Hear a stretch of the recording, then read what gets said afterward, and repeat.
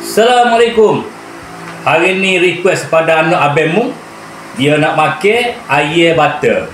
Jadi abangmu kena silatlah dapur. Luncur. Okey, jom kita tengok bahan-bahan dia. Separuh biji bawang Holland potong dadu, 2 ulas bawang putih cicih halus, dan 4 takar cili padi kita potong kecil. Kita gunakan 1/4 mentega,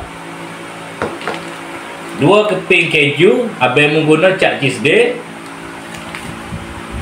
sedikit susu cair, abang guna F&N sebab dia berlemak sikit, dan abang pun malah nak pergi kedai cari gapo ada dalam peti je. Abang guna air popcorn. Dia nak sedap kan, kita guna isi air, tapi abang klik kerja lambat dah ni, jadi guna gapo ada dalam peti je lah. Okey, jom kita masuk dapur. Alright, step pertama kita goreng air dulu. Jadi kita kena panaskan minyak. Okey, minyak panas dah. Kita goreng air. Kita goreng chicken popcorn. Siap goreng chicken popcorn, kita toskan minyak dulu. Alright, jom kita buat dia punya butter. Mula kita masuk butter.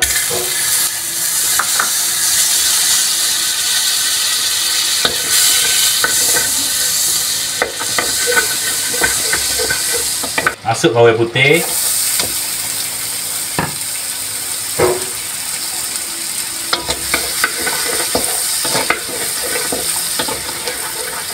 daun kari,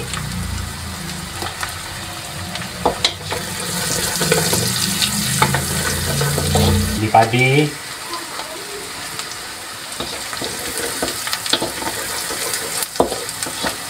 bawang putih,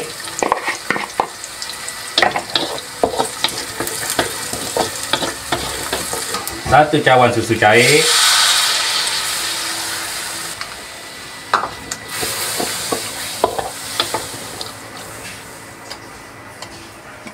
sedikit garam, 2 keping keju,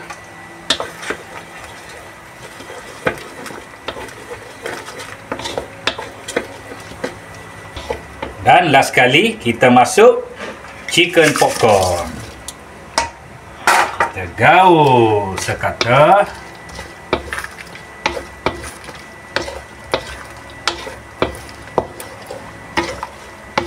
Okey, boleh tutup api. A few moments later. Siap kita punya ayam buttermilk. Makan dengan nasi panas-panas. Terima kasih kepada yang menonton. Assalamualaikum.